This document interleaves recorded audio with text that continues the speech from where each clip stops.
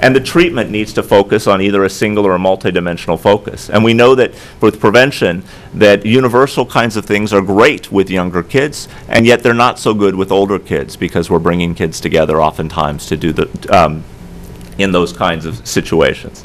Treatment is better when it's multidimensional in nature, and less effective when it's single focused. And then once we've defined our target group, who are we trying to do, what are we trying to do with them? What we need to do with adolescents and younger children is figure out who the natural environment, who the people in the natural environment, who are the ecologically valid change agents, who can be sustained once the treatment goes away. What we do right now is we tend to provide treatment on an episodic basis for a chronic problem. We provide a small episode of treatment and then release folks back out in without those supports. If we're not skilling up parents to continue those things, if we're not skilling up communities to help expand those school interventions, then we're not going to see that sustained across time. We need to figure out who is the ecologically valid change resource who we can keep in place after our treatment goes away. And then I'd say the same thing, I think. The delinquency is a complex thing. There's individual things brought to bear, family, peer group, school, and community. All these pieces happen, and all of those pieces come to bear in terms of creating a delinquent behavior. Of those things, the things that are most effective, the things that the research bears out with kids are the most effective, are interventions that focus on families. Not only because they're the ecologically valid change agent. If we remove a child and we put him in a detention facility, and we put that detention facility hundreds of miles away from the family, we can change that kid's behavior while the kid is incarcerated, but when they come back to the community, we have to have a way to intervene with the family and also skill them up simultaneously. We have to have a way to help them extricate themselves from the peers who will say, oh good, Johnny's back, we can smoke again. We got to have a way to intervene with that environment in which that kid is returning to. Intervening with the family gives us a way to do that. It helps us change not only what the kids are up against, but also the environment in which they're returning.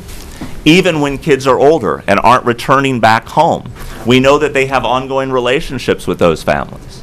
I've seen countless kids come through our treatment programs who the family is deemed by the services to be not a viable resource for the kids, so we put them in an independent living program. But where the kids actually report going when they leave is back to their families. Oftentimes without this, what we need to do and what we try and focus on is trying to skill them up.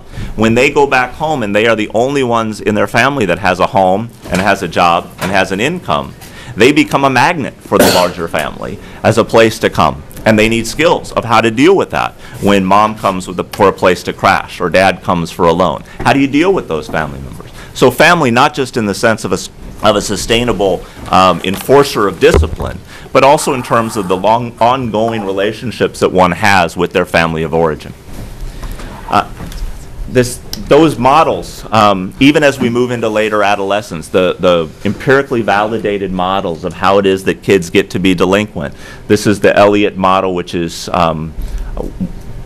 one of the many that are out there. But it talks about, even as you move into adolescence and people talk about the diminishing value of the family and the increasing value of peers, we know that the peer relationships are mediated by family relationships, and families exert their influence. I have an 8-year-old, and I exert my power over my 8-year-old by telling her what to do. In a few years, I'm going to exert my power over my 16-year-old, hopefully, by influencing the peers in which she hangs out with, maybe more than by just telling her what to do.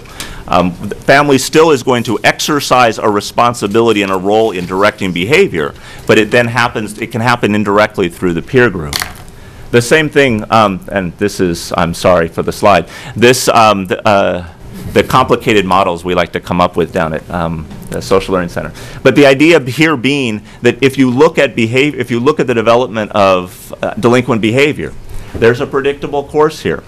We know where it's coming. Not only does it start within the family in terms of learning those relationships and learning those patterns of social interaction, but those things are sustained by the family in the relationships that that family has with the school, that relationships that the family has with the community. We did a randomized controlled trial of treatment foster care with girls, and upwards of 70% of the girls come in with one or their parents having been convicted of a felony. These family influences play straight through to the delinquent kids. and they have a direct responsibility in terms of predicting and guiding that delinquent behavior. Also has a role in extricating, even with an adolescent. The programs, again, that have empirical validity in terms of turning the course around here are the ones that include and skill up those families. They are hard to reach, they are difficult to engage, but the people who do the work and engage those families are the ones that, those are the programs that demonstrate success. To positively affect delinquency and community safety, the most promising programs also incorporate some aspect of prevention. That it is not enough just to treat the problem, and I'm here talking about juveniles with a lot of adult folks, and so this is probably prevention for a lot of folks. But even if we're going straight on with treatment, the prevention stuff needs to be encouraged.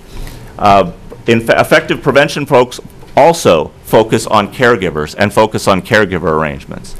Some empirically validated kinds of prevention activities, the LIFT, Linking Interest of Families and Children, and Teachers, excuse me, the Oregon Parent Management Training Model, and the Nurse Family Partnership Model, all focus on forming this relationship with a caregiver and skilling up the caregiver as a fulcrum to changing that child's environment and getting the child learning more skills and learning how to focus on things. Coordinating with the caregiving adult and providing consistent limit setting and guidance for the kids are important, and delivering these systems services appropriately.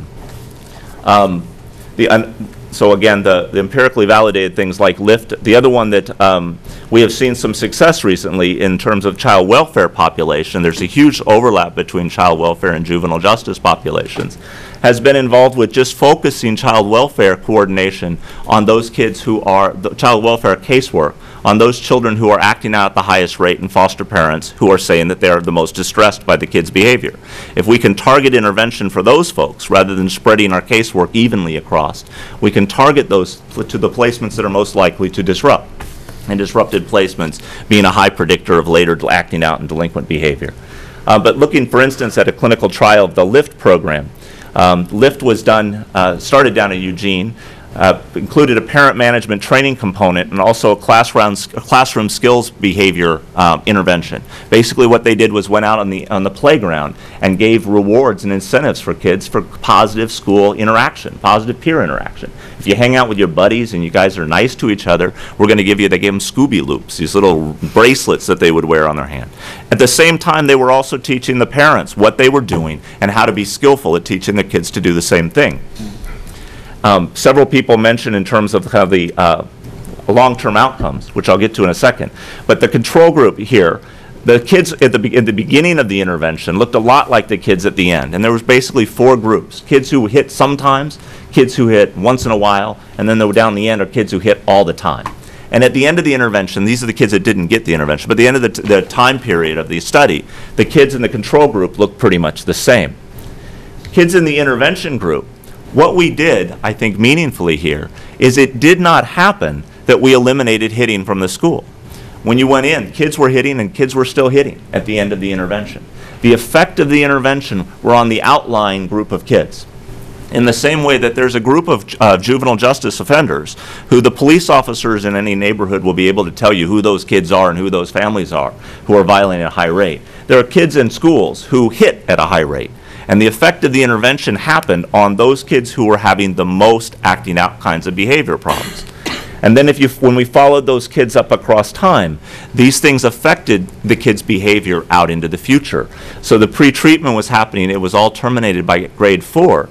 But at age 8, the groups are still separated in terms of their affiliation with misbehaving kids, hanging out with delinquent peers, in terms of their patterned alcohol use, in terms of how much they were drinking and whether, again, a lot of kids drink once, but in terms of patterned alcohol use, and the same in terms of cumulative hazard in terms of first arrest.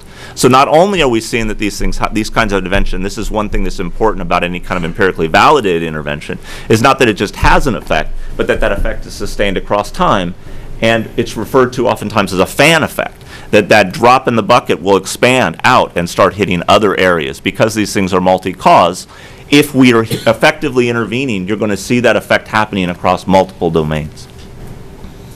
With adolescents, effective treatment programs continue to look across systems. We're doing the same kinds of things with adolescents, importantly.